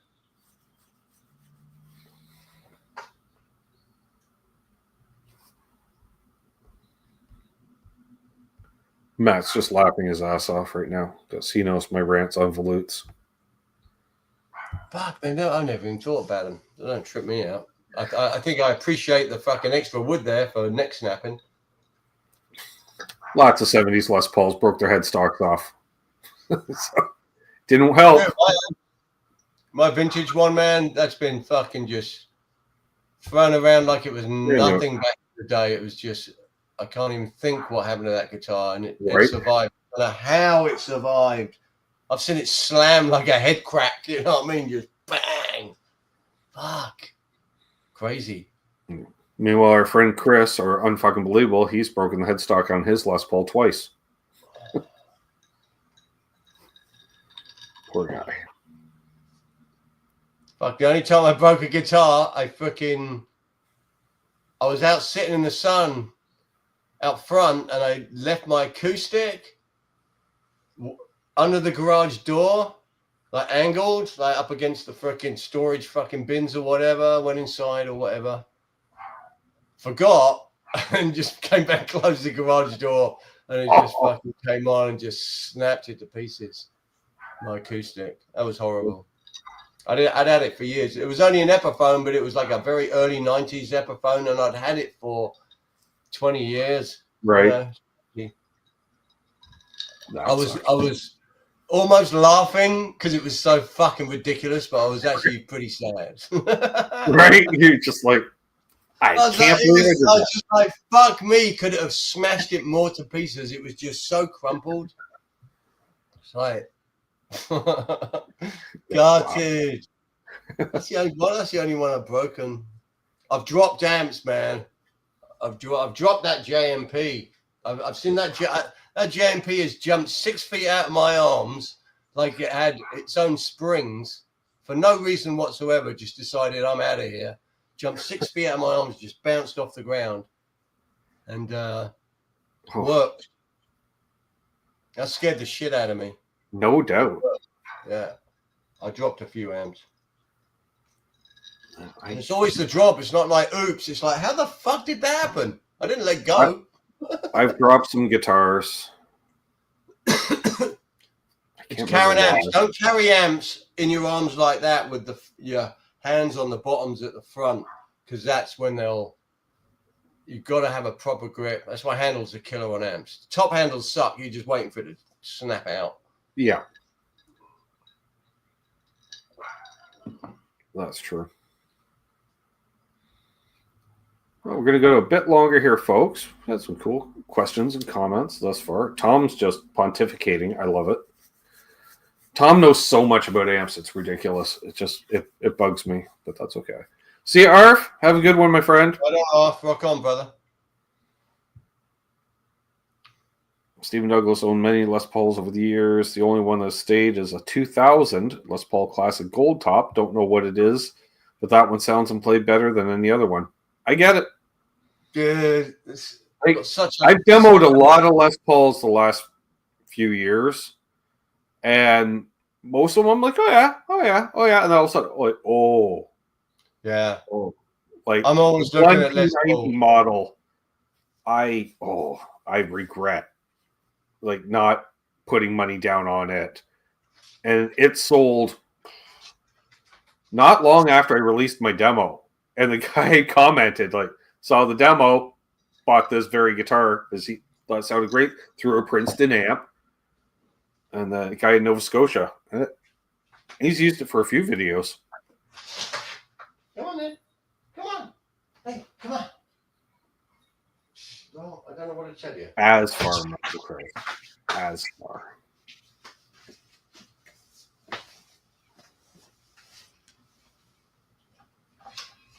That's the fucking one right there. Nice. The old freaking chambered. Yeah. It's so loud, but the tone on this is just, and the playability. They call this one the. It's not a road worn. It's like they ran it for a couple of years. Yeah. Worn, something worn. But man, the tone on this is insane. I love it. And so these are good bang for the buck.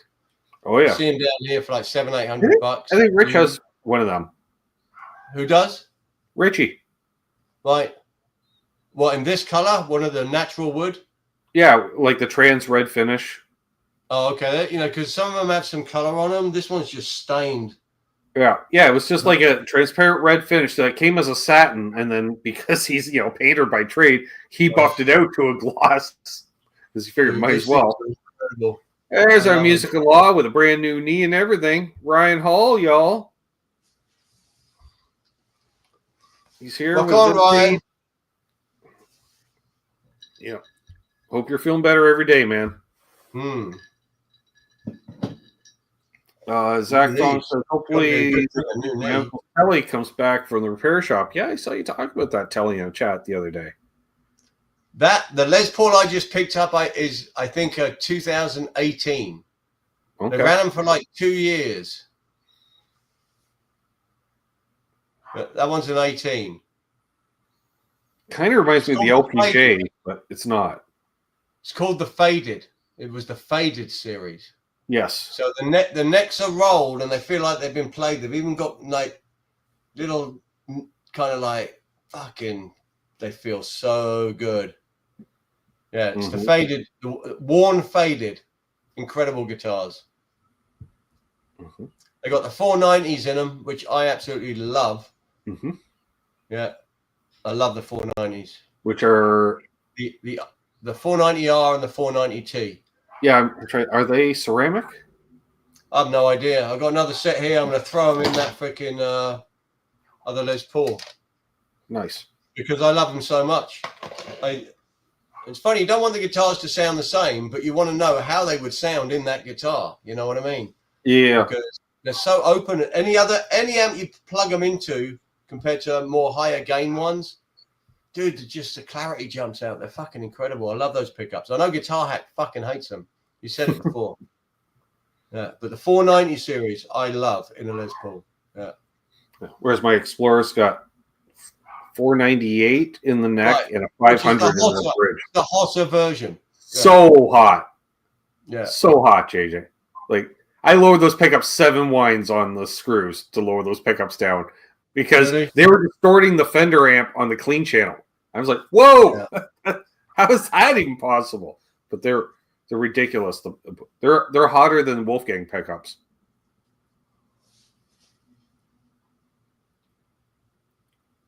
There we are. Yeah, music. Yeah, Lad's loving the 490s. Mm-hmm.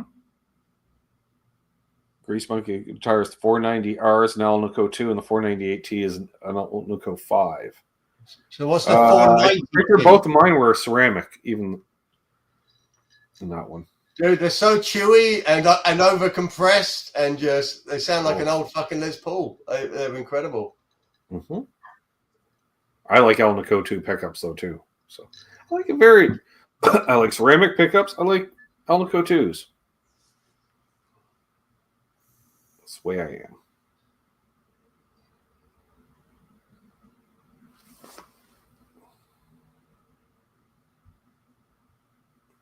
Tom said those were the pickups he had in his Les Paul studio in high school. Loved them. I bet you did. Yeah. Now, don't you still have that guitar, Tom? Wasn't that the one that you got rid of and then you got back? I believe. So you opened up the control cavity or something and then you saw his name on the cover on the inside. Damn, Tom, it is my old guitar. Tom, what are your thoughts on taking the covers off and playing without them or with them? What's your difference of opinion in the tone? Yours too, Ben. That's a good question. Because the ones I bought to put in that other Les Paul have covers on, and I'm thinking, should I put them on and hear them, or should I just take them off? Because the other one, which I love, they're removed. And I was thinking there, I'm laying there last night, and I'm thinking they got that piece of fucking metal in front of the magnets. It's got to change the fucking tone. Well, Well, they say taking them off will brighten a pickup. That's the going theory. So I might have to leave them on. I love a dark pickup. But yeah, like I don't know, like it's just not muddy though.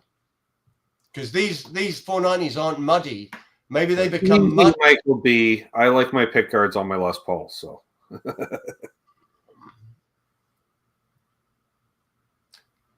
Pick guards off now. I had the pick guard off on this one.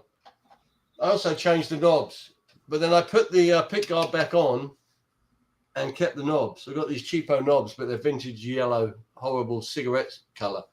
Lovely. Nice. But it looked killer without the pick guard, but it looks fucking, dude, this guitar, I tell you, man, anyone gets the worn faded. I went at 3 different guitars. When these came out, they were $6.99 on a special deal with that fucking beige plush case. Such a deal. I went to 3 different guitar centers and tried 3 different ones. And this was they were all killer. Mm-hmm. I knew there was one more, which was just going to be like, and this was it. Nice. So nice. Greasy Monkeys getting started on Flying V's. Don't even start on Flying V's. I demoed that one recently and I really fell in love with it. And I was like, damn, they do a thing tonally that, it's like there's a difference between a Les Paul and an Explorer tonally.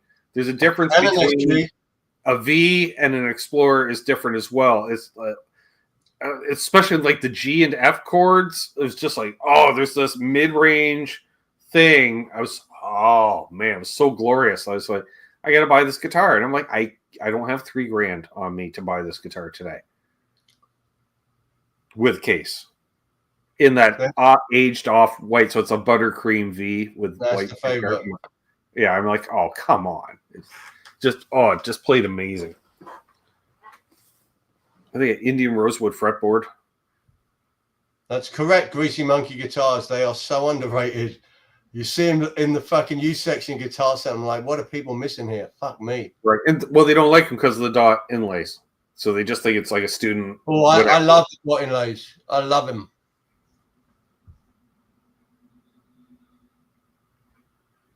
What were you just talking about before? Flying V's. Yeah, I was going to say something. What was it? Fuck. Oh, SGs. They should make an SG where the fucking body isn't all the way forward in a nice position where it's balanced nice. Yeah. It feels like fucking playing a normal guitar. That's what I'd like. Because the sound is sick. SG without neck dive would be wonderful. A little forward for me. It's way too forward. Explorers are that way too. A bit. Not as much. Forward, yeah, maybe. A little bit. Not as bad as Firebirds. Holy crap. The first time I played a Firebird, I went to strum it. I strummed it behind the bridge. Just because naturally, that's where it felt natural to strum, like for a Les Paul. That's how it and is I with just the went, SG, and all I heard was plink. And I was like, what the hell, it feels like I'm on the fucking 12th fret.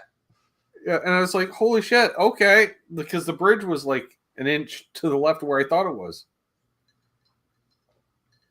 I remember the Olive Drab's Greasy Monkey guitar. I believe I may have demoed an Olive Drab last year or two. The Sloan McQuay got in they got the Firebird, the V, the Explorer, the SG. I don't know if they got a Les Paul or not as part of that collection.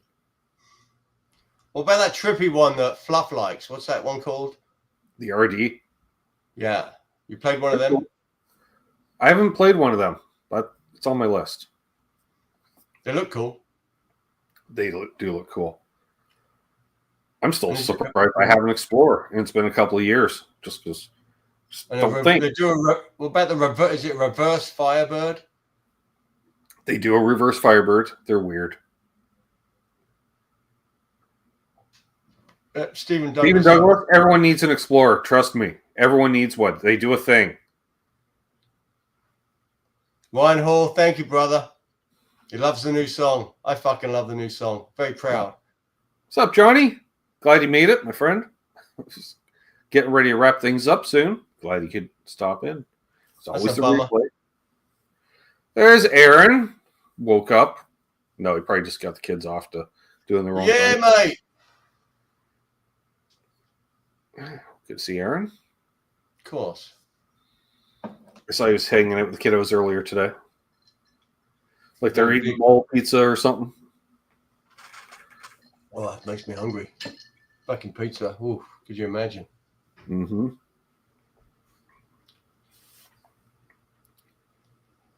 Are you a fan of non-reverse Firebirds? Yes. So Firebird? Yes. It's sometimes non-reverse. That's the bigger point at the top, isn't it? Mm-hmm. Trying to get my Firebirds correct. Yeah, the pointy guitars, man, they're a trip. Mm-hmm. Firebird's on my list because I got those mini humbuckers. They do a thing. A reversed CBS Strat. So that would be a big headstock Strat reversed. Were they on Jaguars or something? It'd be like, was it Steve Ray Vaughan did that on one of his Strats? So a left-handed neck on a right-handed guitar. Basically.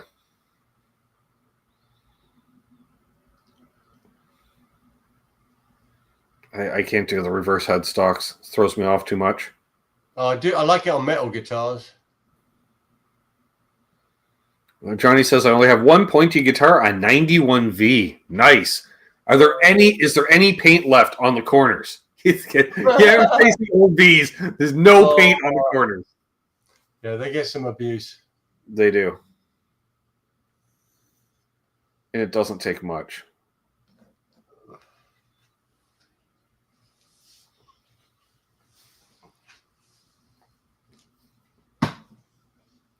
I think Charles might be headed out. He's saying cheers, folks.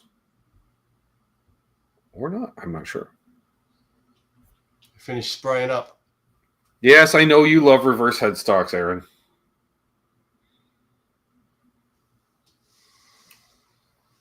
It has a neck repair. Survivor. I think that's a badge of honor for most Gibsons. Eventually, it's like a lot of them. You see a lot of, and most of them are repaired well. You don't see a lot of really basket case, like hatchet job repairs anymore. In this day and age, it's just like. Wouldn't it just be so heartbreaking, man? Damn. Yeah. Oh, can imagine. Yeah, Chris is being very quiet through that conversation. Assuming he's here. I don't know if he's here or not tonight. Because he both times it was him just knocking over the guitar while it's in its case. Because he had it propped up against his car one time, I think, and it knocked over and broke the headstock. And then the other time was it was in its case, leaning up behind him, and he backed his chair into it, knocked it over, and broke the headstock. So I said, Chris, what did we learn? That we don't stand Les Paul cases up on end ever.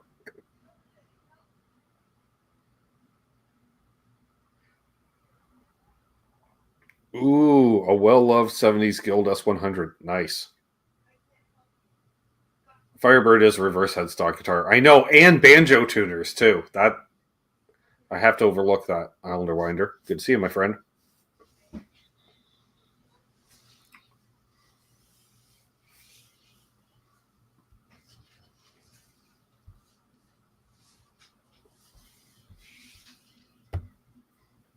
Or do I get a Firebird with a reverse headstock so it would have a normal headstock because it's a reverse headstock on Firebird, which normally has a reverse headstock?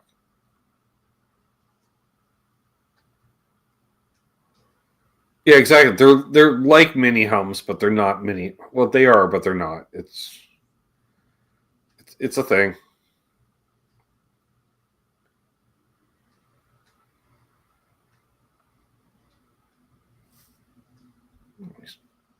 Still got 57 people watching. That's awesome, folks. Yeah, man. If you haven't already, please hit the like. Helps a fellow out. Algorithms, apparently. Aaron misses his Pelham Blue Firebird. Oh, that does sound nice. Oh, that would be killer. Yeah, I do need a Pelham Blue guitar in my life at some point.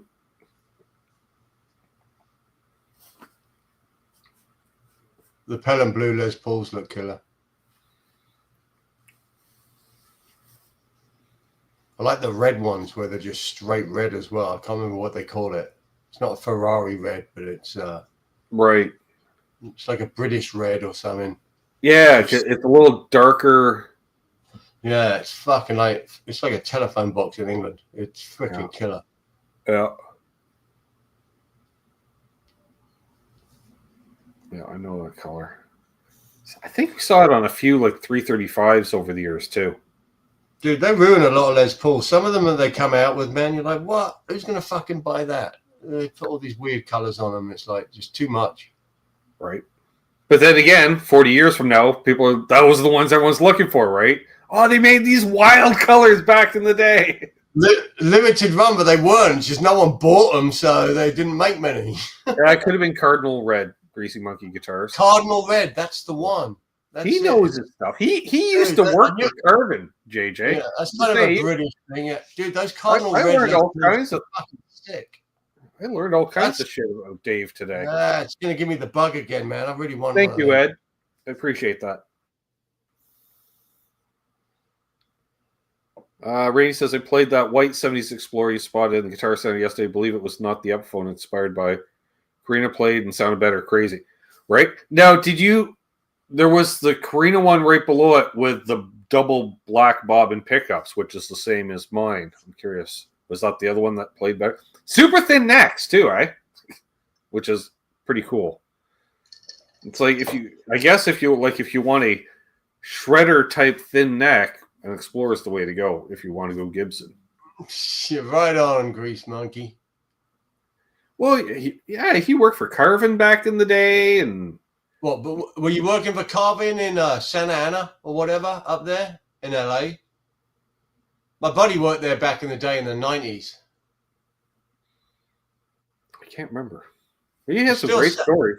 Whew. Dude, I was up on that street in the last year or two, and you can still see the faded words on the building. It's pretty cool.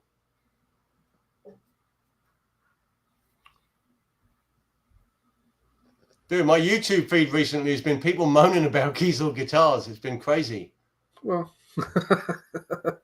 They're like loads popping up. It's like one popped up, and I'm like, that's interesting. I looked at it because obviously Jay had an issue, didn't he? Right. And, about 20 years ago. We know the dudes had attitudes in the day, but this one popped up, and I clicked on it, and since then it's like fucking. They're all like a year or two old though. They're older ones, but man, these people go on these fucking rants of what happened to them. It's really quite interesting. I'm like, damn. one guy who had like fucking 3 or 4 Kiesels, spent thousands with them. And he said something on one of the live streams and got banned from all the Facebook accounts and everything. And he was just gutted, the poor guy. It's like, who knew it got that serious, eh? Right. Yeah, he says he was there about 20 years ago. I don't know why he says I own a Takai Firebird, and it has blown away every Gibson and Epiphone that I've played. The deck is quite big on a Firebird. Mm-hmm. He worked in Hollywood, Sherman Oaks, Covina, and Santa Ana stores. I was everywhere then. My buddy was Dave Jensen. Yeah, he worked there for a while. So if you ever knew Dave,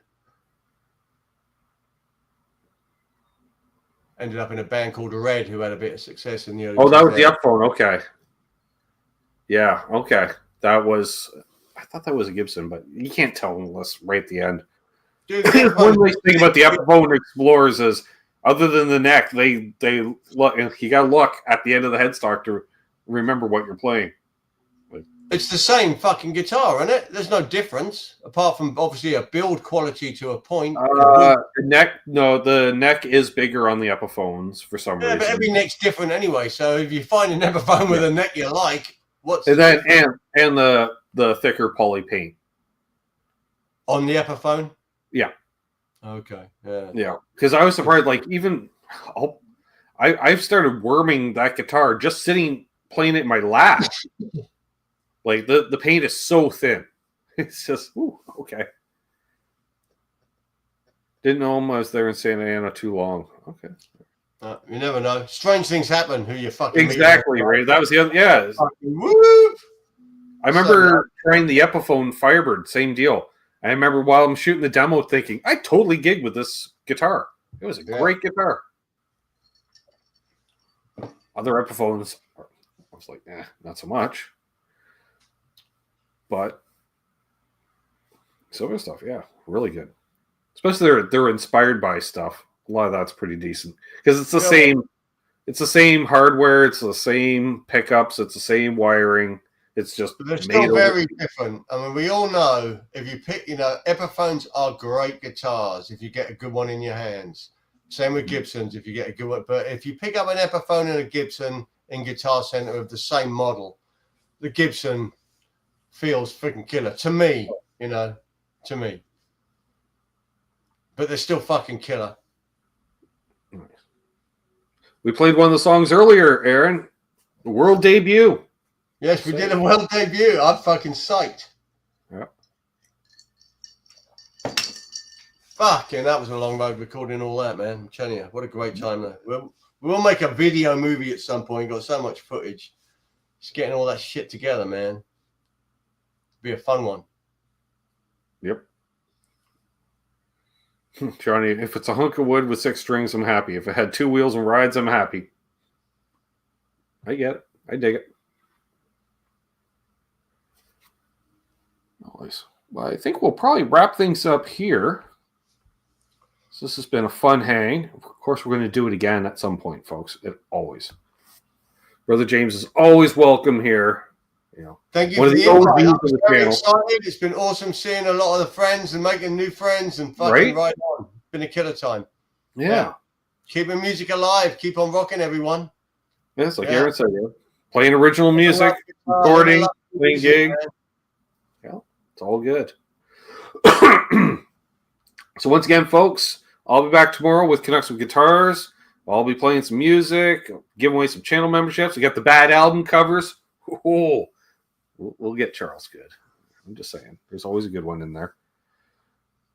And we got some good demos coming out this week. We got Ryan from OU812 coming over next week. That's going to be a bunch of fun. And so hold the line, of course, JJ. Rock on, Randy. Great Jeff K. Yeah, head metal works. Rock on, brother. As always, hold those doors open. See you, brother. Let Hip Metalworks in ahead of you in traffic. Why don't you for once? Jeez, never let Hip in ahead of you in traffic. Be good to each other because, karma is real. Don't I know it. Love and peace. Stay well, everyone. Keep rocking. Happy tone chasing, and, of course, don't litter.